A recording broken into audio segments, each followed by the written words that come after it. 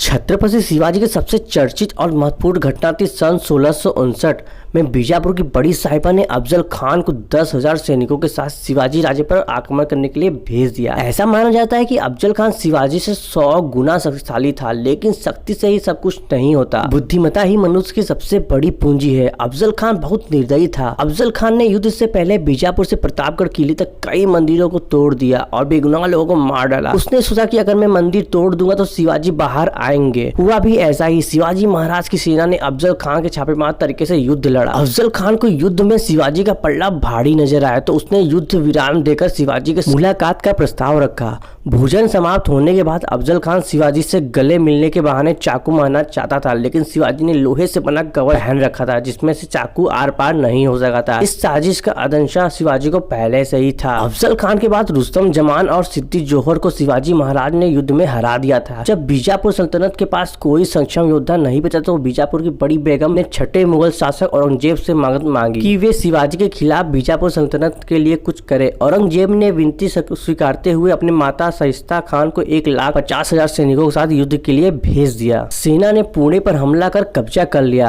शाइस्ता खान ने छत्रपति शिवाजी महाराज के निवास लाल महल का कब्जा कर लिया। जब शिवाजी राजे ने सूचना मिली तो वह 40-100 सैनिकों के साथ राती भर पुणे में गए। पुणे जाकर सेना ने रात में लाल महल में प्रवेश किया। जिस समय शाइस्ता खान की सेना आराम कर रही थी तब शिवाजी सेना ने शाइस्ता खान के कुछ जागे हुए सिपाहियों पर लाल महल में हमला कर दिया। महल के अंदर ही उस लड़ाई में शाइस्ता खान भाग निकली, लेकिन शिवाजी राजे ने तलवार से शाइस्ता खान की 3 उंगलियों काट दी। शाइस्ता खान के हराने के बाद शिवाजी का युद्ध मुगल शासक औरंगजेब द्वारा भेजे गए योद्धा जय सिंह से हुआ। इस युद्ध में शिवाजी हार गए थे। हार के बाद शिवाजी को मुगल सल्तनत को 23 किले देने पड़े थे। हार के कुछ सालों बाद शिवाजी ने युद्ध करके अपने 23 किलो वापस जीत लिया। उस समय औरंगजेब के पास जय सिंह नहीं था तो उसने अपने 2 योद्धा दाऊद खान और मोहम्मद खान को शिवाजी को युद्ध में हराने के लिए भेजा। दोनों भी नाकाम हुए। इसी बीच बीजापुर के सुल्तान की मौत हो गई और बीजापुर सल्तनत कमजोर पड़ने लगी। 6 जून 1674 को रायगढ़ में वीर छत्रपति शिवाजी महाराज का राज्याभिषेक हुआ। सदियों बाद भारत में किसी राजा हिंदू रीति रिवाज से राज्याभिषेक हुआ था। शिवाजी महाराज एक बेहतरीन योद्धा भी बल्कि एक बुद्धिमान शासक भी थे। उन्होंने मराठा साम्राज्य में जाति भेद को खत्म कर दिया। भारत में छत्रपति शिवाजी सर्वोत्तम नौसेना का निर्माण किया। शिवाजी के सत्कर्मों की बदौलत उन्हें छत्रपति की उपाधि मिली। 50 साल की उम्र में शिवाजी महाराज ने मराठा साम्राज्य के बाहर भी अपना राज्य स्थापित कर रखा था। उनके बाद 1680 में 300 किले और 1 लाख सैनिक की फौज।